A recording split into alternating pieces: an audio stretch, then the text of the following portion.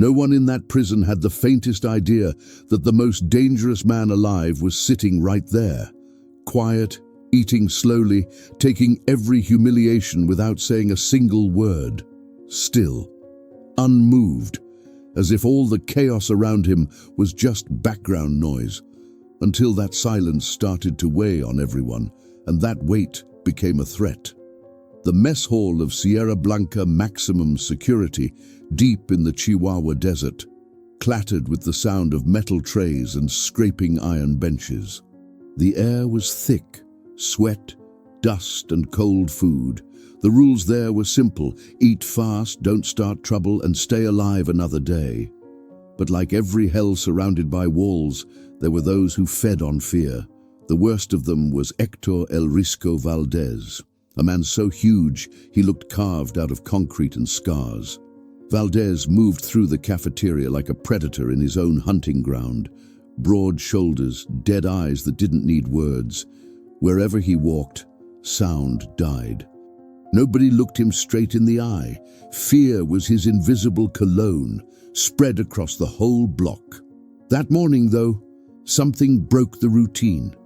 At the last table sat a new inmate, Diego Montalvan, early 30s, dark hair, steady stare, neutral face. He didn't have the body of a fighter, but there was something about him, a calm that didn't belong in a place like this. El Risco noticed, a new guy with no fear in his eyes. For a man like him, that was unforgivable. He walked over slowly while the rest of the inmates went quiet. He grabbed a metal cup and poured cold water over Diego's head. The water ran down his face, soaking his beige jumpsuit and smearing the stitched name on his chest. Montalvan. The mess hall froze. Some laughed nervously, others looked away. El Risco grinned. "Welcome to hell, princess. I run this place." Diego didn't react. He kept chewing, calm, still, unbothered. The silence stretched for a few seconds, but it felt like forever. There was something off about that man. Something no one could name, but everyone felt. One inmate whispered, "Yo, that dude's got a weird look, man." "Shut the hell up," hissed another. "You want Risco to make you disappear too?" Pissed by the lack of reaction, Hector shoved Diego's tray off the table. Food splattered everywhere. Still, Diego didn't move. He just lifted his eyes, cold, sharp, the kind of look that didn't belong to an ordinary man. For a second, El Risco hesitated. He didn't know why, but something in that stare made him step back half a pace. He laughed it off, covering his discomfort. "This is gonna be fun, sweetheart." He turned and walked away. Laughter echoed across the hall, hollow, uneasy. Diego wiped his face, picked up the tray, and stood up without hurry. He walked to the sink, washed his hands, and left, with eyes following him, a mix of pity and fear. That night, the corridor went silent. Behind the bars, El Risco was still laughing about his lunchtime joke, but Diego wasn't sleeping. He stared at the cracked ceiling, motionless. His hands trembled, not from weakness but from memory. A curious inmate from the next cell finally whispered, "Hey man, what'd you do to end up here?" Diego turned his head slowly. His gaze cut through the dark like a blade. "Let's just say I took too long to stop." No one talked to him again after that, and by morning, the whole mess hall felt different. Diego Montalvan didn't need to say a word, yet somehow the air in Sierra Blanca had changed. No one knew it yet, but that quiet new guy, mocked by the prison's toughest bully, was the kind of man who didn't need to raise his voice to scare you or to kill you. The next few days dragged on, heavy and suffocating, as if the desert itself was holding its breath. Diego stayed the same, discreet, silent, invisible. Mornings in the laundry, afternoons in the yard, nights in silence. He seemed to care about nothing. And maybe that was exactly what got under Hector Valdez's skin. Men like him fed on fear, and the lack of it was a provocation. "That rookie thinks he can ignore me," El Risco growled one night, sharpening a piece of metal on the floor. The others laughed nervously. They knew what was coming. Meanwhile, Diego was watching everything: the guards, the shifts, the sound of keys, the rhythm of footsteps. No one realized how much he noticed, how much he remembered. One afternoon in the yard, El Risco showed up with two of his goons.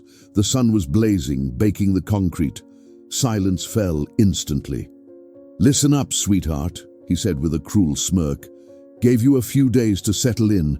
Now you're gonna learn how things work." Diego looked up. "And what are those rules?" he asked, calm, almost bored. The giant laughed, leaning close. "You talk when I say you can. You move when I tell you to. And if you breathe louder than me, you lose teeth." The whole yard was watching.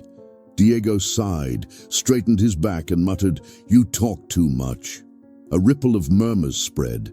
El Risco blinked, caught off guard, and shoved Diego hard. The man staggered, but didn't fall. He regained his balance with surgical precision. "Yo, did you see that?" whispered one inmate. "He moved like a damn soldier." El Risco narrowed his eyes. "Let's see how long that courage lasts, princess." Diego lowered his head slightly. "You'll find out," he said quietly, like a promise. That night, whispers filled the corridors. Rumors spread like smoke. Some said the new guy had killed a man with his bare hands. Others claimed he was ex-military, maybe black ops, but no one knew the truth. And the less they knew, the more dangerous he seemed. 3 nights later, during the late shift change, Hector El Risco Valdez made his move. He followed Diego Montalvan to the maintenance area, and there, under the dim buzz of the lights, the silence everyone feared was about to turn into something far more lethal. Sierra Blanca, maximum security penitentiary, was an isolated fortress lost in the desert, surrounded by dry mountains and a wind that never stopped blowing. From afar, it looked like just another block of grey concrete swallowed by emptiness. But inside, every wall pulsed with the weight of 1,000 stories no one dared to remember. It was the kind of place where time didn't move. It crawled, slow, painful, endless. The guards called it the Cage of the Forgotten. No one there had a date to dream about, only numbers, sentences, and memories that burned from the inside out. At night, screams echoed through the corridors. Sometimes they weren't from pain, but from the mind, the echo of guilt, despair, insanity. It was common to see inmates talking to themselves, laughing at nothing, as if solitude had turned into a whisper that never left them alone. Among all those broken souls, 2 men stood apart, complete opposites yet somehow destined to collide. Hector El Risco Valdez, the tyrant of Cell Block C, was the raw reflection of that place. Born in the violent slums of Ciudad Juarez, he grew up between gangs and street corners that taught you to kill before you could even run. His record was a catalogue of brutality, extortion, assault, murder. But what made him truly feared wasn't his strength, it was his mind. He knew exactly where to hit, when to humiliate, and who to use. Inside Sierra Blanca, El Risco wasn't just an inmate, he was an institution. He had guards on his payroll, informants in the kitchen, and his own twisted version of justice for anyone who crossed him. On the other end of that spectrum stood Diego Montalvan, the new name whispered down every corridor. At first glance, he seemed ordinary, but there was something about the way he moved, slow, deliberate, like a man carrying the weight of a war no one else could see. His dark eyes missed nothing. The way guards traded looks, the timing of patrols, the rhythm of keys and footsteps. It was as if he was mapping the entire prison, decoding it piece by piece. No one knew why he was there. The files were incomplete. The reason for his sentence, murky. But there was one rumor that wouldn't die, that he had killed before, not out of rage, but with precision. While El Risco radiated dominance, Diego radiated silence. And that contrast started to eat away at the balance of the place. To everyone else, the yard now had 2 poles, one made of noise and control, the other of calm and mystery. Each morning, Diego worked in the laundry, folding uniforms with a precision that looked almost rehearsed.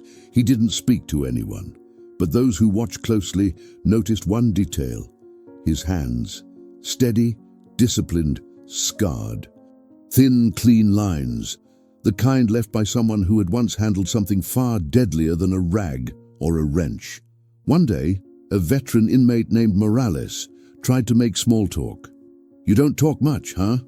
he said, pushing a pile of clothes toward Diego.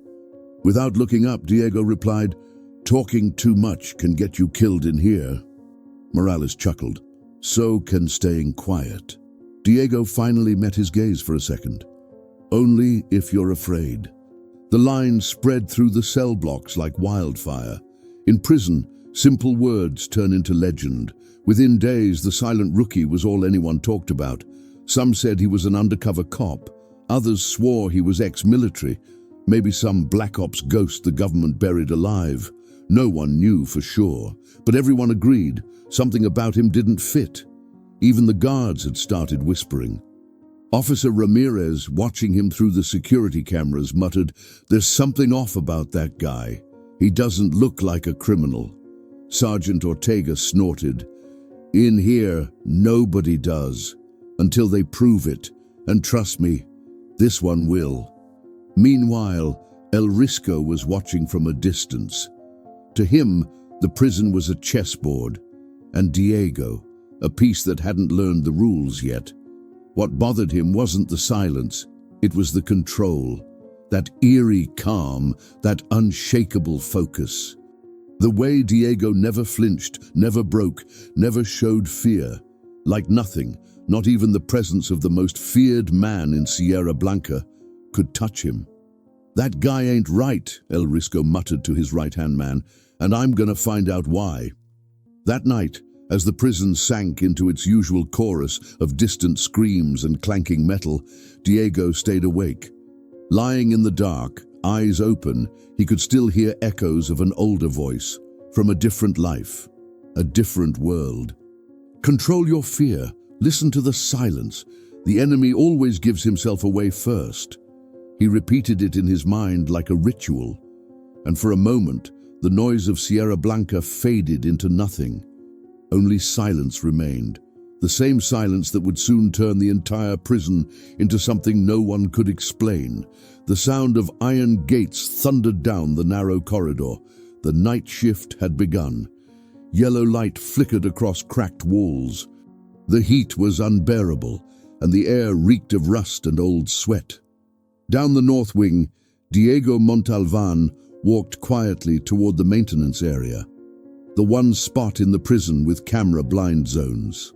He knew them all by heart. He'd studied the patrol patterns, the footsteps, even the rhythm of boots hitting concrete. Nothing in Sierra Blanca escaped him. What he didn't know was that he was being followed. Hector El Risco Valdez trailed behind with two of his men, Torres and Baca, shadows moving with bad intentions. The plan was simple: end the rookie's silence, make him an example. For El Risco, this was theater, and he didn't share the spotlight. Up ahead, Diego pushed a tool cart, the metallic clatter echoing like a countdown. When he heard the first crunch of boots behind him, he didn't turn. He just sighed. His instincts, military or worse, already knew what was coming. "So this is where the new guy hides," El Risco said, his voice deep, breaking the stillness. Diego turned slowly, calm eyes meeting his. "You here to fix something?" he asked, not mocking, just observing. The laughter that followed sounded like knives scraping metal. "I'm here to fix you, princess," the bully growled, stepping closer. The silence that followed could have lasted a lifetime. The overhead bulb flickered, twisting their faces into shadows. Diego rested his hands on the cart and murmured, "You shouldn't have come." El Risco smiled. "I run this place, rookie." Diego lowered his gaze slightly. Not every king in hell wears the crown. The first punch came hard, slamming into the metal cart with a crash that echoed through the corridor. The second, Diego slipped past it, effortlessly. No anger, no haste, just precision. A sidestep, a twist of the wrist, a sharp crack. Torres went down, confused and breathless. Baca lunged, but Diego was already behind him, using the man's own momentum to throw him into the wall. Two bodies hit the floor. Silence returned. El Risco froze for a heartbeat, chest heaving with rage. "Who the hell are you?" he snarled. Diego met his glare, voice flat, steady. "Someone who learned to survive without warning first." The fight that followed was quick, brutal, and wordless. No shouting, no dramatics. Just the sound of fists meeting flesh, boots scraping concrete, and breath turning to growls. El Risco swung wild. Diego moved like smoke. For a split second, their eyes locked, and the giant saw something he wasn't ready for. Emptiness. Not fear. The emptiness of someone who had already seen death and come back from it. One strike, one fall, and it was over. Diego stepped back, body tense, eyes cold. There was no satisfaction, no victory, just necessity, survival. Minutes later, the alarm blared. Guards rushed in. But when they arrived, the yard was silent, and Hector Valdez lay on the floor, conscious but shattered. Not his bones, his pride. His crew said nothing, and Diego, back in his cell, washed his hands in silence, as if nothing had happened. That night, Sierra Blanca breathed differently. No one spoke of it, but everyone felt it. Something had shifted. The fear that had ruled the prison began to crack, and the silence of the man everyone underestimated now echoed louder than any scream. In the infirmary, El Risco stared at the ceiling, eyes open, pride broken. "He's not human," he muttered hoarsely. "He saw me before I even got there." Across the prison, Diego sat motionless in the dark. He knew this was only the beginning. Taking down a man like El Risco didn't bring peace. It brought consequences. And in the burning winds of Sierra Blanca, every victory came with the promise of another war about to begin. After the night El Risco's reign collapsed, Sierra Blanca was never the same. The mess hall was quieter. The yard moved slower. Even the guards, men used to ignoring whatever they saw, now walked more carefully, watching every stare, every silence. Because when a man topples the king without raising his voice, the whole kingdom changes. Rumors about Diego Montalvan spread through the desert air like dust. Some said he'd beaten Valdez with his bare hands, nothing but skill. Others swore it was martial arts training or some kind of military discipline. But there were whispers that went deeper, that he wasn't a regular inmate at all, that his arrest was staged, a silent infiltration meant to take someone out from the inside. In the days that followed, Diego stayed the same, calm, invisible, almost ghost-like. He did his work with precision, ignored the taunts, avoided alliances, yet little by little, every pair of eyes in the prison started to orbit around him. The man who never spoke had become the center of every conversation. A new kind of respect started to grow. Not the kind built on fear, but on mystery. And in Sierra Blanca, mystery was more dangerous than any weapon. Up in the admin wing, Inspector Castillo, a tired-eyed man in his 50s, watched the surveillance footage. "Montalvan's a problem," he muttered to Sergeant Ortega. "The inmates changed after he showed up." "Changed how?" Ortega asked. "They're quiet." Castillo paused. "And I've learned silence is deadlier than screams." Meanwhile, in the infirmary, El Risco Valdez healed in body but not in pride. No broken bones, just a shattered ego. The self-proclaimed king of the prison had been dropped in front of everyone, and what hurt most wasn't the pain. It was the memory. He swore revenge. But even his own crew had started to drift. Torres, still nursing injuries, avoided his gaze. Baca had already switched sides. The empire of fear was crumbling. In the shadow of that silent chaos rose another name, Miguel El Padre Serrano. A calm-faced man with eyes that calculated everything, he led a so-called spiritual circle of inmates searching for redemption, an informal cult inside the walls. Everyone knew the sermons were just a front for smuggling and psychological control over broken men. When Serrano heard about Diego, he smiled. "Men like that don't just appear," he told his followers. "Silence is the mask of the chosen." Some feared Diego, others started following him. He never asked for it, but silent respect draws eyes like a flame in darkness. Now every hallway greeted him with small nods, and that bothered him more than any insult ever could. One night, young Morales, the same inmate who'd once tried chatting with him in the laundry, was thrown into solitary after a yard fight. Word was he'd defended Diego's name when another crew called him a coward. The news hit Diego harder than he let show. On the outside, he stayed calm. On the inside, he felt the weight of what he'd become. He never wanted to be a symbol, but in places where hope dies, even a shadow of strength becomes faith. That same week, Castillo stumbled onto something strange. Montalvan's prison record didn't line up. Wrong dates, missing case files, a corrupted digital signature. When he contacted the court of origin, the reply came back short. Confidential data, restricted access. Castillo knew what that meant. Diego wasn't a regular prisoner. He was someone the government wanted hidden or erased. That night, Castillo watched him through the monitors. There he sat in the dark, eyes open, motionless. He didn't blink. It was like he was listening to something the world had forgotten how to hear. "Who are you, Montalvan?" the inspector whispered to the screen, and got only silence in return.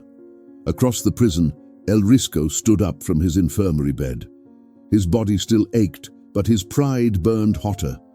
"That silence of his ends tonight," he growled. "No one breaks my name and keeps breathing." Outside, the Chihuahua wind howled like a living beast.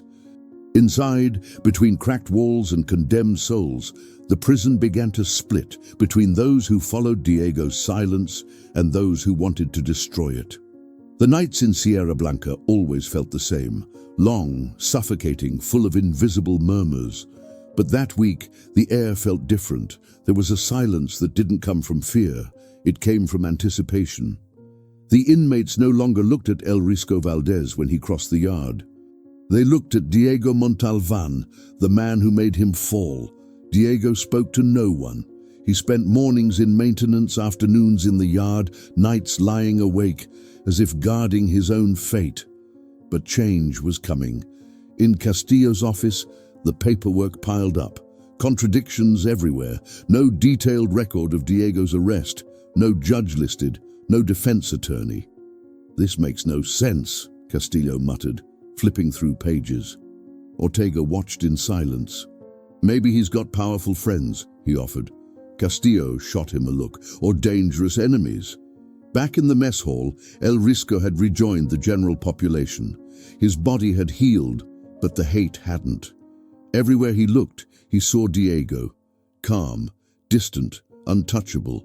What tore him apart wasn't fear. It was how everyone else looked at him now. No one laughed at his jokes. No one bowed when he passed. That silent rookie had rewritten the entire hierarchy without saying a single word. One afternoon, while Diego was mopping the main corridor, a guard approached. "Montalvan," Officer Ramirez said quietly, "you know there are some important people asking about you?" Diego lifted his eyes slowly. "How important?" "The kind who don't like being looked for," Ramirez replied, then walked off. The words hung in the air like smoke. Diego didn't ask more, but something in him shifted. He knew the past was getting close. That night, the sound of a helicopter tore across the desert sky. Few noticed, but Castillo did, from the inner yard. It came fast, unmarked, and vanished faster. Hours later, a secure message flashed on his terminal. "Inmate 471D, maximum secrecy, no transfers, no additional records." Castillo frowned. It was the same number stitched on Diego's uniform. The next morning, El Risco was summoned to the infirmary for a medical re-evaluation. But the doctor, an old man with uneasy eyes, warned him, "Stay away from Montalvan. There are things here you don't understand." "Like what?" the brute growled. The doctor looked away. "Like why he's here." That line haunted him all day, and that same afternoon in the yard, the inevitable happened. El Risco approached Diego, alone this time. The sun blazed overhead, dust swirled in the wind. "Heard you got people on the outside protecting you," he sneered. "That's the trick, huh?" Diego said nothing. "Who are you, really?" Risco pressed. "Cop? Hitman? Some kind of demon in uniform?" Silence again, and that silence was worse than words. "Talk to me, you son of a—" Risco shouted, grabbing his collar. Before anyone could react, Diego raised a hand and placed it on Hector's shoulder, not with force, but with unsettling calm. "You know what's worse than hell, Valdez?" The man froze. "It's remembering you've already been there." They stood face to face for what felt like an eternity. Then Diego stepped back and walked away. El Risco didn't follow, not out of fear, but because for the first time he believed every word. That night, Inspector Castillo broke into a restricted archive using a code that shouldn't exist.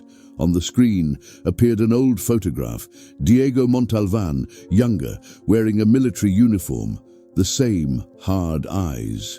Below it, one line, "Operation Culebra, agent missing after Veracruz mission." Castillo stared at the screen. "So that's it," he whispered. "You're not a prisoner. You're the ghost of a mission gone wrong." Meanwhile, in his cell, Diego lay staring at the cracked ceiling, eyes fixed on nothing.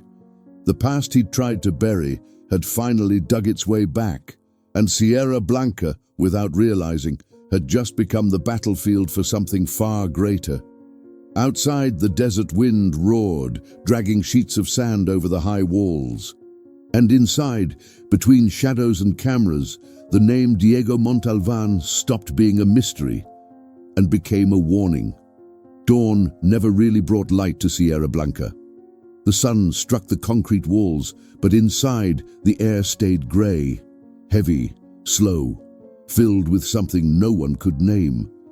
News about Diego Montalvan had spread like an invisible current. Not everyone knew what was true, but the mere whisper of the words agent or mission was enough to make fear crawl back into every corner. In the mess hall, inmates ate in silence. Eyes met for a second, then looked away. From his corner table, El Risco watched Diego from afar. He didn't see a man anymore. He saw a reminder of failure. His wounded pride ate at him, but this time there was something stronger than hate, doubt. "He doesn't belong here," muttered Baca, one of his former allies. "If he's who they say he is, he could take us all out." El Risco exhaled hard. "Shut up." But fear had already found its way through the cracks, and in prison fear is a weapon. In the admin offices, Inspector Castillo tried to keep his head down. Ever since discovering the secret file about Operation Culebra, he hadn't slept right. He'd made copies, scribbled notes, told no one. He knew he was knee-deep in something way above his pay grade. That morning, his secure line rang. Unlisted number, no caller ID. "Inspector Castillo."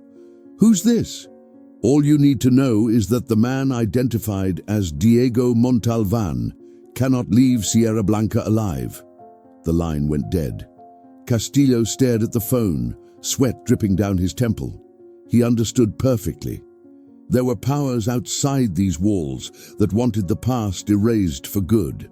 Inside the prison, lines were being drawn. Some admired Diego, saw him as a symbol, the man who faced the impossible and survived. Others feared him, believing he was sent to clean out the worst of them. Tension grew quietly, like gas waiting for a spark. In the laundry room, Morales, the young inmate who'd once defended him, broke the silence. "I've heard things, Diego. They say you worked for the government, that you're a killer." Diego didn't answer. He just kept folding a uniform. Is it true? Morales pressed. Because if it is, we got the right to know what's coming. Diego finally looked up, calm but sharp. If I were who they say I am, you wouldn't be standing here asking. Morales swallowed hard, and right then he realized some truths were better left unknown. Across the yard, El Padre Serrano, the cult leader, watched the scene closely. His eyes glimmered. A man with blood in his past is easy to control, he whispered to one of his disciples. What others see as a monster, I see as a prophet. That night, when the lights went out, silence carried weight. Diego lay still on his bunk when a folded note slipped under his cell door, crumpled paper, shaky handwriting. They know who you are. They're coming at midnight. He read it once, then burned it with a small lighter hidden behind loose bricks. He didn't show fear, but for the first time since arriving, he felt the past breathing down his neck. Minutes later, Castillo's monitor flashed. Emergency transfer. Inmate 471D. Administrative termination approved. No signature, no timestamp. No origin. Castillo stood, heart pounding. He knew what it meant. They weren't transferring Diego. They were going to kill him and make it look like an accident. The clock read 11:40 p.m. Castillo looked down the dark hallway and whispered, "Hell's gonna start before midnight." In cell 24, Diego rose slowly, eyes open in the dark. Down the corridor, footsteps echoed. 3 men, no uniforms, no names, no hesitation. He inhaled deeply. The boots stopped outside his cell. And for the first time since stepping into Sierra Blanca, Diego Montalvan smiled. A faint, peaceful smile, the kind that comes when you already know fate isn't coming to take you, but to set you free. Sierra Blanca's darkness was never absolute. Even at night, the flickering lights blinked like tired eyes refusing to close. But that night, the air felt different, a quiet before the storm.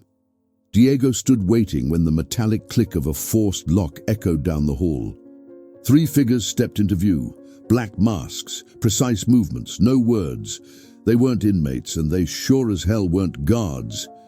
He knew that kind of silence. The same one from Veracruz Ops, when breath was the line between life and death. Everything clicked in his mind. The note, the call, the erased files. The order had been given. Sierra Blanca was now the execution ground. The first man stepped in. Diego waited. Let him get close. The strike came fast, a short, handmade blade. The sound that followed was a body hitting concrete. Diego had moved before the attack even finished. Cold, efficient, silent. One shift of weight, one twist of the arm. Done. The man collapsed without a sound. The second one raised a gun. Diego ducked, ripped a light from the wall and flung it at his face. The flash blinded him. 1 second was all Diego needed. 2 steps, 1 hit. Silence again. The third man froze. "Who the hell are you?" he shouted, voice trembling. Diego's reply came low, steady. "You're asking the wrong question." Minutes later, the corridor was nothing but shadows and bodies. No alarms, no witnesses, and Diego, calm as ever, wiped the blood from his hands, as if it were just another chore. Across the prison, Castillo stared at the camera feed. What he saw didn't seem real. Shadows moved too fast, lights flickered, footage distorted. And then, for just a second, Diego looked straight into the lens. Castillo jerked back from his chair. Impossible. He couldn't know he was being watched, but that gaze, calm, deliberate, pierced right through the screen, as if Diego knew exactly who was on the other side. Castillo exhaled, hands shaking. He had 2 choices: follow orders or do the unthinkable, help that man survive. In the infirmary, El Risco woke to distant footsteps. Baca burst in, out of breath. "Hector, you need to see this." Valdez rose, still aching. "What?" "The rookie." Baca hesitated, eyes wide. "He killed the hit squad, all of them, and no one heard a thing." The silence that followed felt holy. For a moment, even El Risco doubted what he'd heard. But when he stepped out and saw the blood-streaked corridor, he understood. Diego wasn't a prisoner, he was a walking sentence. Meanwhile, Diego made his way down the north block, where cameras didn't reach.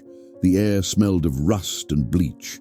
The lights flickered, flashing glimpses of a man moving with purpose, not fleeing, searching. He entered a small locked room stacked with dusty boxes. In the middle, he found a metal case stamped with the government seal. Operation Culebra. He opened it. Photos, reports, names of agents long gone, including his own. The last note read, "Operation closed. Montalvan terminated in field." For a moment, Diego stood still. His heart pounded, but his face didn't change. "So that's it," he whispered. "I died, and now I'm paying for my ghost." Footsteps approached. Castillo appeared in the doorway, breathless. "You need to listen to me," he said. "They're going to erase everything, including you." Diego stared at him, calm. "They already tried. I can get you out of here." "No one leaves Sierra Blanca," Diego said quietly, "unless someone stays behind." Castillo frowned. "Stays? Why?" "Because something worse is coming." And as if the words summoned it, the prison alarm screamed to life. Red lights flashed, steel doors slammed shut. A metallic voice boomed over the intercom. "Code red, security breach, all sectors locked down." Diego turned, ready. Castillo followed, stunned. They sprinted through the corridor as the echo of closing gates filled the air. Hell inside Sierra Blanca had just awakened, but for the first time, Diego Montalvan wasn't the hunted man. He was the one who finally understood his purpose. He wasn't here to die. He was here to cleanse what the government had buried. And what came next would turn that prison into a battlefield of silent justice. The red alarm screamed through the corridors of Sierra Blanca Maximum Security Penitentiary like a metallic cry of the end of the world. Lights flashed in rhythm, catching snapshots of a system collapsing. Inmates ran, guards shouted, gates slammed shut. Chaos had no shape. It was a living roar spreading like wildfire through dry desert air. In the middle of it all, Diego Montalvan and Inspector Castillo pushed through Block B, dodging fleeing prisoners and disoriented officers. Castillo clutched the folder containing the Operation Culebra files. "They cut communications," he yelled. "No contact with the outer tower." Diego didn't answer. His eyes stayed forward, calm, focused, the look of a man who'd seen hell before.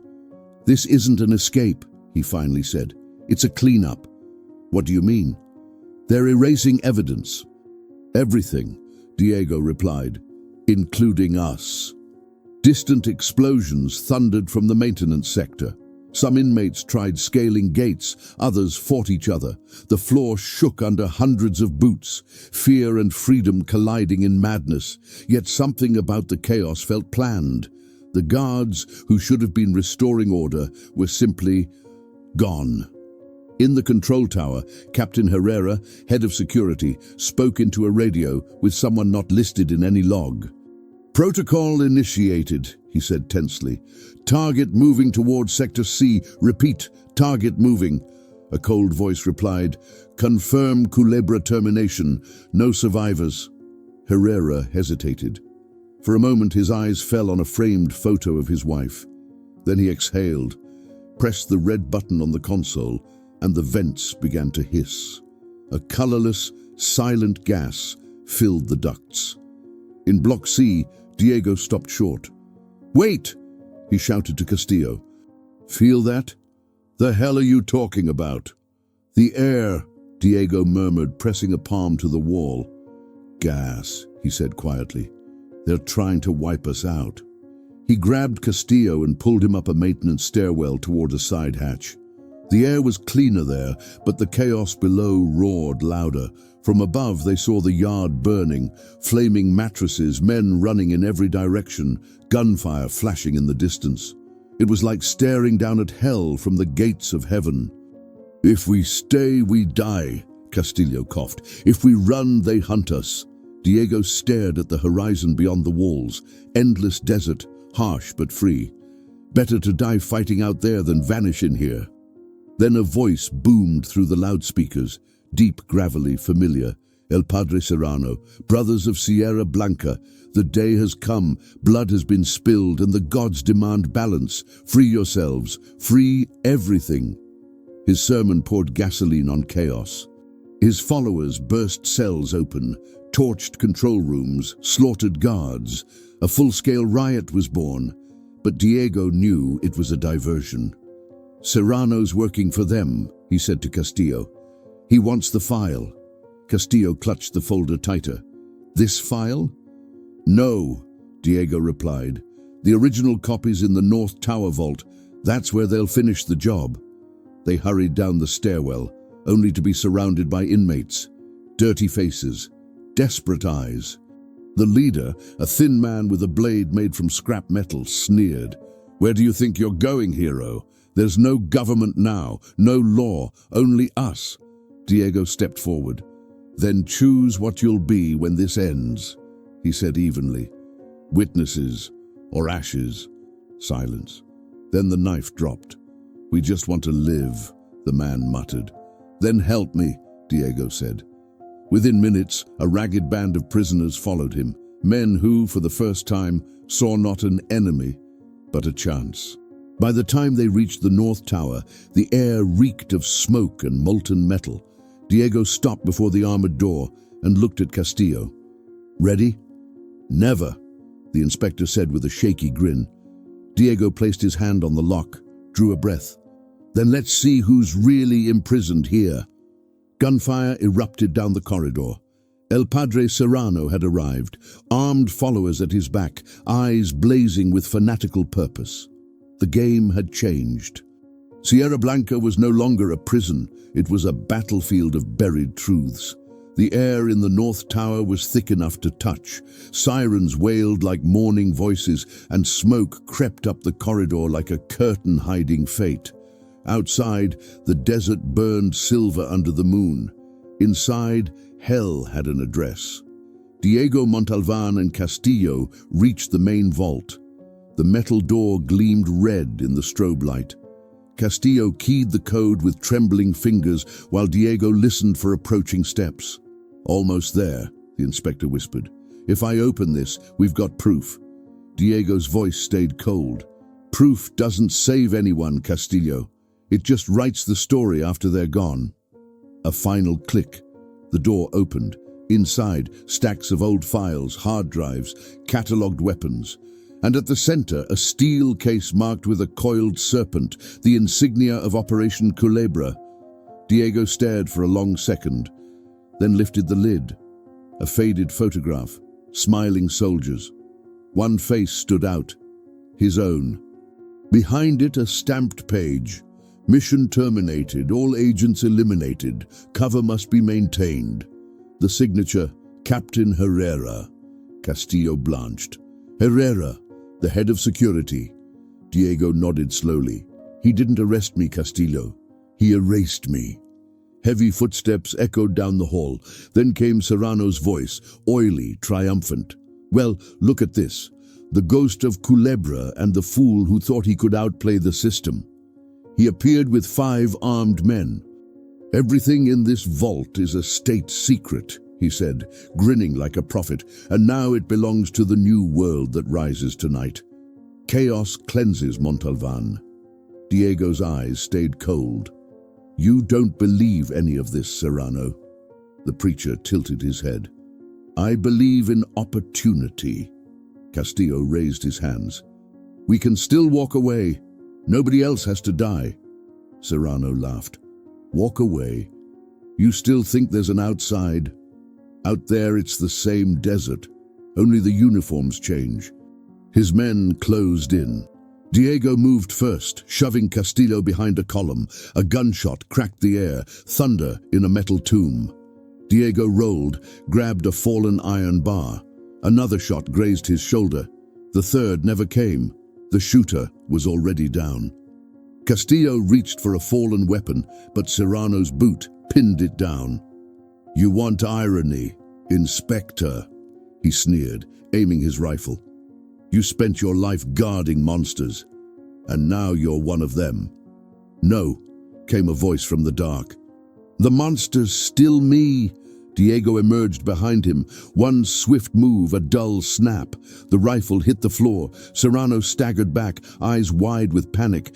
You don't get it. They'll never let you walk out alive. I'm not here to walk out, Diego said. I'm here to finish it. Gunfire roared again. Serrano's men shot blindly, the muzzle flashes turning the corridor into a storm of red light. Diego slipped through the haze, each strike precise, measured. Castillo, crouched behind crates, frantically copied data onto a flash drive. Bullets, sirens, and static blended into one furious hymn. Then a voice crackled through a fallen radio. Cold, mechanical. Confirm status on Operation Culebra. Torres, report. Diego froze. He knew that voice, Captain Herrera. I should have known, Diego said, picking up the radio. You were the serpent all along. Silence, then a low chuckle. I gave this country what it wanted, Montalvan. Monsters who fight in the dark. You were the best of them. And you were the worst. Nothing personal, Agent. Just politics. The thrum of rotor blades filled the air, a helicopter approaching fast. Herrera was coming to finish the job himself. Serrano, bleeding, crawled toward the vault. This will rise again, he rasped. Blood always rises. Diego stopped him with a firm hand. Maybe, but not here. He pulled Castillo toward the exit. We have to destroy the vault. You'll die in there. I already did once. Diego turned back alone, opening the fuel valves feeding the tower's generators. The helicopter's searchlights cut across the ceiling. Herrera's voice boomed through the radio one last time. You should have stayed dead, Montalvan. Diego answered quietly. I tried. Hell didn't want me. He struck a match, and the world erupted in light. The North Tower vanished in a wave of fire and dust. The explosion rolled across the prison like thunder. Inmates froze. Guards stopped shouting. For one heartbeat, Sierra Blanca fell silent. The kind of silence that isn't peace, but justice. The fire devoured the North Tower like a collapsing star. Flames climbed into the black Chihuahua sky, and for one brief moment, the desert glowed, as if the sun had risen too soon. The explosion shook the earth, blew open doors, shattered glass, silenced every voice. And then came the silence. Castillo woke amid the wreckage, head pounding, lungs full of dust. He coughed, called out for Diego, but only the distant crackle of fire answered him, the alarms fading one by one. The flash drive was still in his pocket, intact. He staggered to his feet and stared at the ruins of the tower. Nothing left but embers and shadows swaying in the heat. No sign of Montalvan. Helicopters thundered overhead as guards rounded up the last of the insurgents. El Padre Serrano was dead. El Risco, barely alive, was airlifted to a military hospital under heavy guard. The inmates, some cried, others laughed. No one knew whether what remained was freedom or punishment. Hours later, the rescue team found a body among the debris, burned beyond recognition, a metal tag around its neck, 4071D. The report came fast. Inmate eliminated during riot, case closed. But Castillo knew it was a lie. He knew because, buried in the ashes, he'd found something that shouldn't have survived. A torn photograph, edges burned, showing only a single eye. The same eye that had stared back at him through the camera days earlier. And on the back, a handwritten line. Not all silence means death.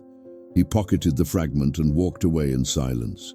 The desert wind howled, carrying smoke and dust into the endless horizon. Sierra Blanca had become a tomb, not of bodies, but of secrets. Weeks later, newspapers announced the facility's permanent closure.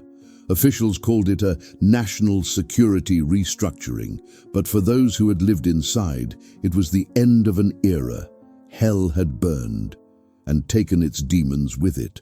Castillo, now retired, walked the beaches of Mazatlan one evening when an unmarked envelope appeared at his hotel door.